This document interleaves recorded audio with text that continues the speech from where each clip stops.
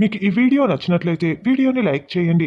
అరవింద నైవేద్యం కట్టెల పొయ్యి మీద తయారు చేస్తూ ఉంటుంది. అది చూసిన మిత్ర లక్ష్మి ప్రదక్షిణలు చేస్తూ ఉంటే వెంటనే మిత్ర అరవింద దగ్గరికి వస్తారు.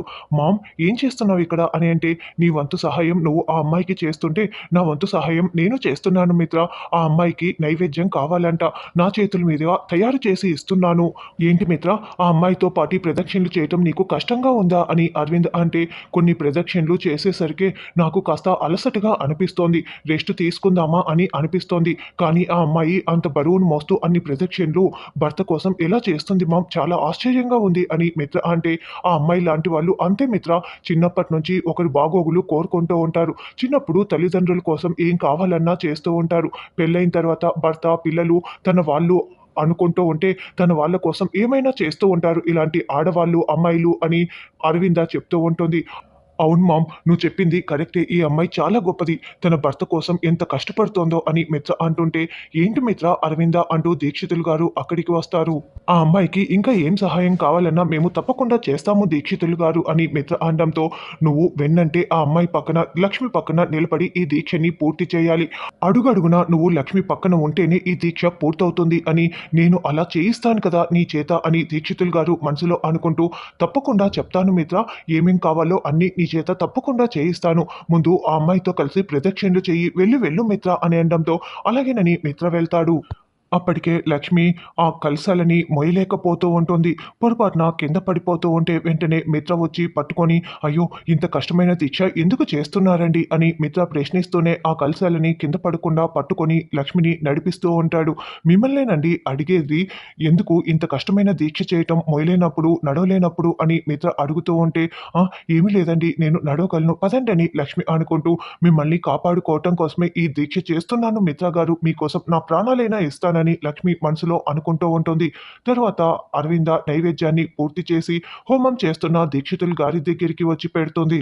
తర్వాత జలమయ్య జాను ఇద్దరు ఇంటికి రావటంతో, అమ్మగారు, జున్ను ఎవరొచ్చారో చూడండి చలమయ్య పిలవటంతో జున్ను వసుంధర అక్కడికి వస్తారు. హాయ్ జాను టీచర్, ఏంటి ఇలా వచ్చారు అని జున్ను అడుగుతూ ఉంటే, నేనే దారిలో కనిపిస్తే ఒకసారి కాఫీ తాగి వెళ్దూరు రండి అని తీసుకువచ్చాను జున్ను అని చలమయ్య అనడంతో, ఏమ్మా జాను ఎలా ఉన్నావు అని వసుంధర ప్రశ్నిస్తూ ఉంటుంది. కూర్చోమ్మా జాను అని చెప్పి వసుంధర మాట్లాడుతూ ఉంటుంది. చలమయ్య లోపలికి వెళ్తాడు. అప్పుడే ఏంటి జాను టీచర్ చూస్తున్నారని జున్ను అడగటంతో, మీ అమ్మగారి గురించి ఎప్పుడు చెప్పటమే కానీ ఒక్కసారి కూడా నాకు చూపించలేదు, ఎక్కడ మీ అమ్మగారు అని అంటే, అయ్యో జాను టీచర్, మీరు వచ్చిన టైమే అస్సలు బాగోలేదు, మా అమ్మ గుడికి వెళ్ళిపోయింది అని జున్ను చెప్తాడు. అయితే ఫోటో ఏమీ లేదా చూపించవు అని అడగటంతో, మా అమ్మ అస్సలు ఫోటోలే తీయించుకోదు, ఫోటో అంటేనే మొహం చాటేస్తుంది అని జున్ను అంటే, ఎందుకలా అని జాను అంటుంది. ఏమోనమ్మా, జనాలు ఉంటే అస్సలు కలుసుకోదు, ఒక మూలన కూర్చుండిపోతుంది, ఫోటో అంటే ఇక చాలా భయం, అస్సలు తీసుకోదు, తన పద్ధతి తంది అని వసుంధర అంటుంది. గ్రాని, అమ్మది ఒక ఫోటో ఉండాలి కదా, అది గదిలో ఉన్నట్లుంది, రండి జాను టీచర్ చూపిస్తానని జున్ను అనడంతో, పదని జాను జున్ను గదిలోకి వస్తారు. జున్నుకి ఎంత వెతికినా ఫోటో కనిపించదు. జాను టీచర్, ఆ ఫోటో కనిపించట్లేదు అన్నట్లు ఇంతకు ముందు లక్కీ మా ఇంటికి వచ్చినప్పుడు వీడియో తీసింది, ఆ వీడియోలో మా అమ్మ కూడా ఉంది, వెంటనే ఆ వీడియో చూస్తే మా అమ్మ ఎవరో మీరు తెలుసుకోవచ్చు, మా అమ్మని చూడొచ్చు అని అనడంతో, అయితే ఆ వీడియో చూపించు అని జాను అంటుంది. ఆ వీడియో నా దగ్గర లేదు, లక్కీ మొబైల్లోనే ఉండిపోయింది, కాబట్టి నేను లక్కీకి కాల్ చేసి ఆ వీడియో పంపించమని చెప్తానని జున్ను అనడంతో, అలాగేనని జాను అంటే వసుంధర దగ్గరికి వెళ్ళి మొబైల్ తీసుకొచ్చి వెంటనే లక్కీకి కాల్ చేస్తాడు. హాయ్ బ్రో, ఎలా ఉన్నావు, మొన్న నువ్వు మా ఇంటికి వచ్చినప్పుడు వీడియో తీసావు కదా, ఇప్పుడు ఆ వీడియో ఒకసారి పంపించవా, జాను టీచర్ మా అమ్మని చూడాలని అంటోంది అని అనడంతో, ఓ అలాగా, ఇప్పుడే పంపిస్తాను అని లక్కీ అంటుంది. నానమ్మ నానమ్మ అని లక్కీ కేకలు పెడుతూ ఉంటే, ఏయ్, చెవి కోసిన మేకల ఎందుకు అలా అరుస్తున్నావు అంటూ మనిష గదిలోకి వస్తుంది. చెవి కోసిన మేకలా కాకపోతే చేయి విరిచిన కోతిలా అరుస్తాను, నా ఇష్టం అని లక్కీ అంటే, నీకు నోరు బాగా ఎక్కువైపోయింది, ఇప్పుడు ఎందుకు పిలిచావో చెప్పు అని నానమ్మ నాన్న ఇద్దరు కూడా గుడికి వెళ్ళారని మనీష చెప్తుంది. సరే కానీ హాల్లో నేను వీడియో తీసే ఫోన్ ఉంటుంది, వెళ్ళి తీసుకురా, నువ్వు ఖాళీగానే ఉన్నావు కదా, ఏంటి అలా చూస్తున్నావు, వెళ్ళు వెళ్ళు అని లక్కీ కమాండింగ్గా చెప్తూ ఉండటంతో, దీనికి కూడా నేను అలసైపోయాను అని చీ అని మనిషి అనుకుంటూ ఫోన్ దగ్గరికి వస్తూ ఉంటుంది. ఇక జున్ను, లక్కీ ఆ వీడియోని సోషల్ మీడియాలో పోస్ట్ చేస్తానంటే మా అమ్మ వద్దంటే వద్దని చెప్పింది జాను టీచర్ అని అంటే, ఎందుకని జాను అంటుంది, ఏమో నాకు తెలియదని జున్ను అంటాడు. తర్వాత మనీష హాల్‌లో ఉన్న మొబైల్‌ని చేతిలోకి తీసుకొని, ఈ లక్కీ ఎప్పుడు వీడియోలు అంటూ చేస్తూ ఉంటుంది, తీస్తూ ఉంటుంది. అసలు అంత ఇంట్రెస్టింగ్‌గా వీడియోల్లో ఏం తీస్తుంది చూద్దామని ఆ వీడియోని ఓపెన్ చేసి చూస్తూ ఉంటుంది. అప్పుడు వసుంధర హాయ్ చెప్పటం, అర్జున్ హాయ్ చెప్పటం వరకు వీడియో చూస్తుంది. తర్వాత అప్పుడే లక్కీ మనీష ఫోన్ తీసుకురమ్మంటే పేరంటానికి వెళ్ళినట్లు అక్కడే ఏం చేస్తున్నావు?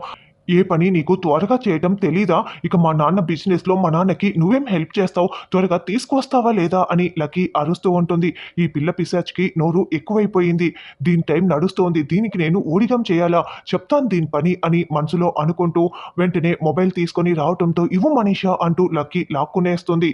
మొబైల్ తీసుకురావటానికి ఇంతసేపా అని లక్కీ అంటుంటే ఎగురెగురు నీ తుమ్మెద రెక్కల్ని నేను త్వరలోనే ఎలా కట్ చేస్తానో చూడు అని మనీష అనుకుంటూ అక్కడి నుంచి వెళ్తుంది. లక్కీ మొబైల్‌ని ఓపెన్ చేసి వీడియోని సెండ్ చేస్తుంది. అయ్యో! సిగ్నల్స్ లేనట్లున్నాయే, వీడియో సెండ్ అవ్వట్లేదే అని అనుకుంటూ ఉంటుంది. అప్పుడే వీడియో వచ్చిందా అని జాను అడగటంతో లేదు జాను టీచర్ ఇంకా రాలేదు అని జున్ను చెప్తుంటే, మీరు ఈ వైజాగ్‌కి ఎప్పుడు వచ్చారు అని జాను అంటుంది. మేము స్కూల్‌లో జాయిన్ అయ్యానే దానికి ముందుగా రీసెంట్‌గానే ఇక్కడికి బిజినెస్ మీద వచ్చాము. అంతకుముందు ఢిల్లీలో ఉండేవాళ్ళము అని చెప్పటంతో, మరి మీ అమ్మ ఏం చేస్తుంటుంది అని జాను అంటుంది. అర్జున్ బాబా ఆఫీస్‌లోనే పనిచేస్తుంటుంది అని జున్ను చెప్పటంతో, అదేంటి అర్జున్ బాబా అంటున్నావు? ఆయన మీ నాన్నగారు కదా అని అంటే, అయ్యో జాను టీచర్ ఆయన మా నాన్నగారు కాదు. నేను, అమ్మ, అర్జున్ బాబా ఇంట్లో ఉంటున్నాము అని అనడంతో, అంటే వాళ్ళిద్దరూ భార్యాభర్తలు కాదా అని జాను అంటుంది. అదే కదా జాను టీచర్ నేను చెప్పేది. మా అమ్మ నేను అర్జున్ బాబాయ్ ఇంట్లో ఉంటున్నాము అని జున్ను చెప్తాడు. మరి మీ నాన్నగారు అని అంటే, ఏమో జాను టీచర్ మా అమ్మ నాకు మా నాన్న గురించి ఎప్పుడూ చెప్పలేదు. అందుకే ఆయనంటే నాకు కోపం, ద్వేషం. మా అమ్మని ఆయన వదిలేసాడేమోనని జున్ను అంటే, ఆ రోజు మరి ఫాదర్స్ డే రోజు మీ నాన్నగా వచ్చాడు కదా అర్జున్ అని జాను ప్రశ్నిస్తూ ఉంటుంది. నాకు నాన్న లేడు కదా! అందుకే ఫాదర్ ప్లేస్‌లో మా అర్జున్ బాబా వచ్చాడు అని జున్ను కన్ఫర్మ్ చేసేస్తాడు. మరి మీ నాన్నగారు ఎలా ఉంటారు అని అంటే, ఆయనని నేను ఇంతవరకు ఎప్పుడూ చూడలేదు. అమ్మ కూడా నాకు చూపించలేదు. కానీ ఆయన్ని చూడటం నాకు ఇష్టం లేదు అని జున్ను చెప్పటంతో, జున్ను వాళ్ళ అమ్మ స్టోరీ చాలా మిస్టరీగా ఉంది. అసలు నాన్న లేడు. అర్జున్ గారి దగ్గర ఉంటోంది. ఇప్పుడు ఈ జున్ను వాళ్ళమ్మ లక్ష్మక్క అయ్యే అవకాశం ఉందా? ఏమీ అర్థం కావటం లేదే అని జాను అనుకుంటూ ఉంటుంది. జున్ను ఇక్కడే ఉండు. నేను ఇప్పుడే వస్తానని జాను గార్డెన్‌లోకి వచ్చి వెంటనే వివేక్‌కి కాల్ చేస్తుంది. కార్ డ్రైవ్ చేస్తూ, అరే! జాను నాకు కాల్ చేస్తోందే. నాకు జాను కాల్ కూడా చేస్తుందా అని అనుకుంటూ, జాను ఏంటి సంగతి అని వివేక్ ప్రశ్నిస్తూ ఉంటాడు. నేను నీతో అర్జెంట్‌గా మాట్లాడాలి. నేను జున్ను వాళ్ళ ఇంట్లో ఉన్నాను. వెంటనే వచ్చేసేయ్ అని అంటే, దేని గురించి అని వివేక్ అంటాడు. ఇప్పుడు అవన్నీ చెప్పే టైం నా దగ్గర లేదు. నువ్వు వెంటనే జున్ను వాళ్ళ ఇంటికి వచ్చేసేయ్ అని అనడంతో, ఇదిగో ఇప్పుడే వచ్చేస్తున్నా అని వివేక్ అంటాడు.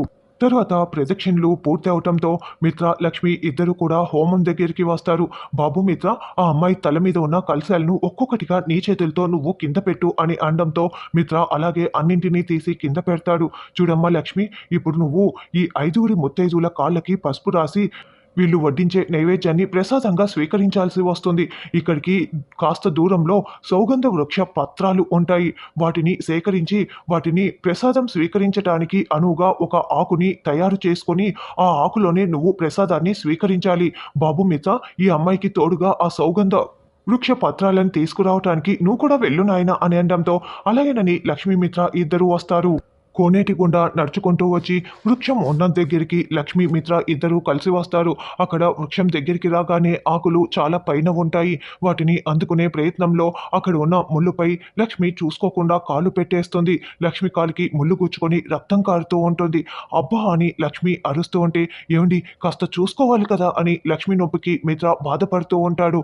అప్పుడు లక్ష్మి ఇంకా ఆ పత్రాల్ని అందుకోవటానికి ప్రయత్నిస్తూ ఉంటుంది. మరి లక్ష్మికి ఆ పత్రాలని మిత్ర దగ్గరుండి ఎలా కోయిస్తాడు? లక్ష్మిని ఎత్తుకొని కోయిస్తాడా? రేపటి ఎపిసోడ్‌లో నిజంగానే లక్ష్మి జున్ను వాళ్ళ అమ్మ అని జానుకి, వివేక్‌కి నిజం తెలిసిపోతుందా అన్నది రానున్న ఎపిసోడ్‌లో తెలుసుకుందాం.